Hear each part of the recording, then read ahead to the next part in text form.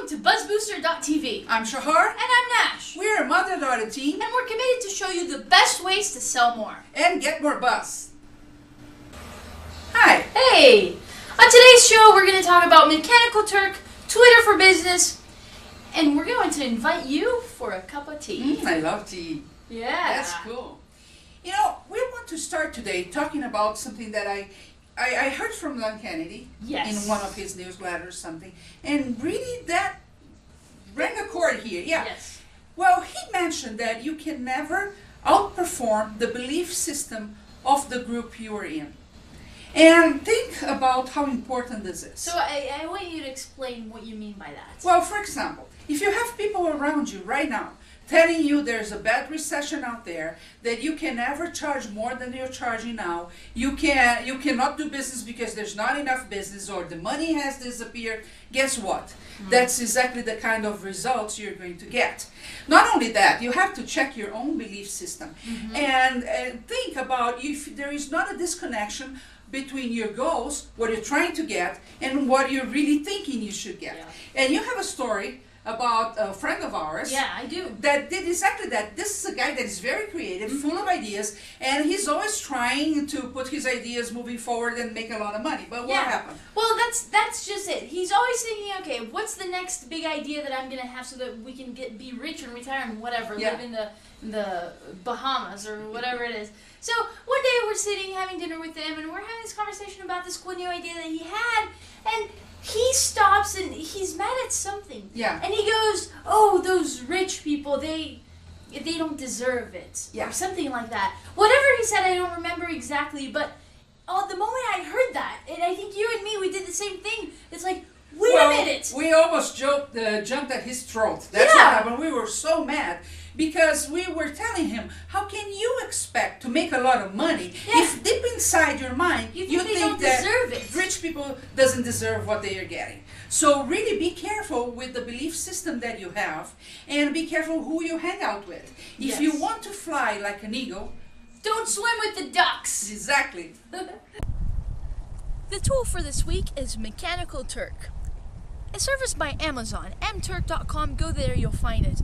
What I really like about it is it allows entrepreneurs and business owners to do something that they need to do, and that is outsourcing. The sooner you realize that you need to outsource things that aren't your forte, the sooner you'll make more money. So go to mechanicalturk.com or mturk.com, go there, and basically what happens is there are people from all over the world willing to work on your jobs.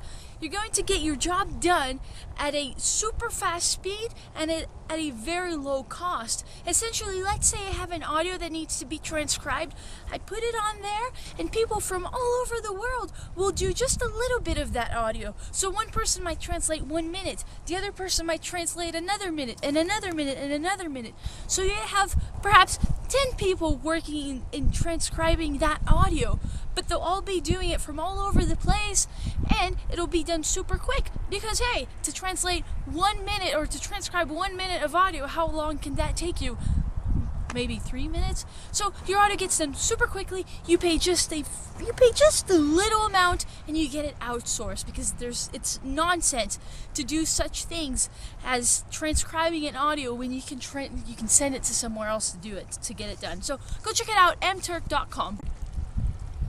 One thing that is working really well is Twitter, a tool that allows people to interact and communicate with each other on the go and when they want. Well, Twitter right now has over 32 million users. And for you as a business owner, why does it matter? It matters for several reasons. If you're a young company, for example, it helps you create awareness of your brand and what you're doing. It also allows you to connect with prospects and customers in real time, talk about your company in real time, and get their feedback in real time. Third thing, trust. Let's face it, right now, people don't trust companies very much. And Twitter is the right environment for you to raise the level of trust. If people trust you, they're more likely to consume what you're whatever you're offering. Another very important thing is insight from your industry, getting to know what your competitors are doing, the news about your industry is invaluable for that. We, for example, have experience getting media attention with Twitter, several interviews, speaking engagements, and customers coming right from Twitter. So it's worth the time that you spend interacting with your audience, because let's face it, they are really what brings the money in. There's a lot of buzz going on nowadays about YouTube and its new captions features. Now, when you upload a video to YouTube, you get to upload your captions as well. Now, the reason why this is good for you as a business owner is that these captions are indexed by Google in the actual search results. So, hey, think about it. You talk about something that's relevant in your industry, upload the captions with the transcript of your video, and guess what? If someone is searching for it on Google, they might just find your video there. So there's extreme value to that. As of this point, you need to upload your captions, but soon enough, YouTube will put the captions on its own. So they'll be able to listen to your video and automatically transcribe it for you. So check it out. I don't know about you, but I love to drink tea. I especially like to drink tea with my friends. I have a friend, she's so crazy about drinking tea that she has the special things for everything, the special kettle, the special teacup and everything, and it makes really being with her and drinking tea something really fun. You know, drinking tea is 100 years old tradition. It's been for a long time around there. But a company called Forte at forte.com is reinventing the coolness in drinking tea. Well, they first have this very cool packaging and very cool tea bags. They're silken and they have a different shape, and you put there. It's a piece of conversation, and any business where you can become a piece of conversation is really important. Well, they have collections which increases the perceived value of tea and brings tea to a new level where I'm a collector of specialty tea, so it's very important. They have a rewards program. They really put coolness back into the business.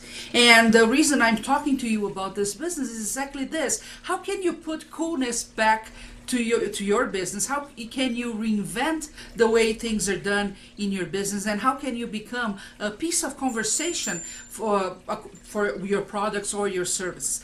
For example, tforte.com, another thing that they are doing is bringing tea to cocktails. So now you have this cocktail mix with tea that brings a whole new thing into the cocktail market and coming from the tea market. So they reinvented the purpose of how to use tea. A very cool thing. So my question to you this week is, how can you reinvent your industry, bring something really new, but most of all, become a conversation piece of what you do? Because when people talk about what you do, things happen, and they need to feel cool. You know, all of us tend to feel a little inferior. So any product or service that makes us feel special, different from the peers around us, has a good chance of succeeding. And that's what they do with the cool packaging, cool tea bags and everything. So, you know, let me know, how do you make your industry cool, and how do you reinvent what you do?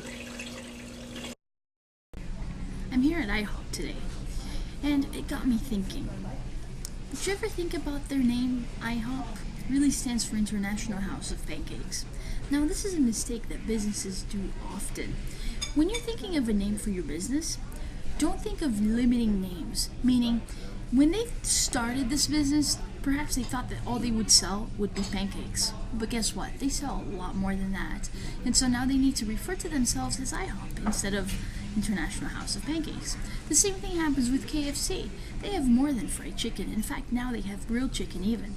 So they need to be known for KFC rather than Kentucky Fried Chicken. So when you're thinking of what to name your business, don't give it a limiting name like they have been doing just because now you think that's all you'll do. Because down the line, you might change your mind. You might have to adjust to the market and perhaps sell more things. We hope you enjoyed the show. Whenever you need to improve your marketing or sales skills, visit chalktalkspot.com. See you next time. See ya.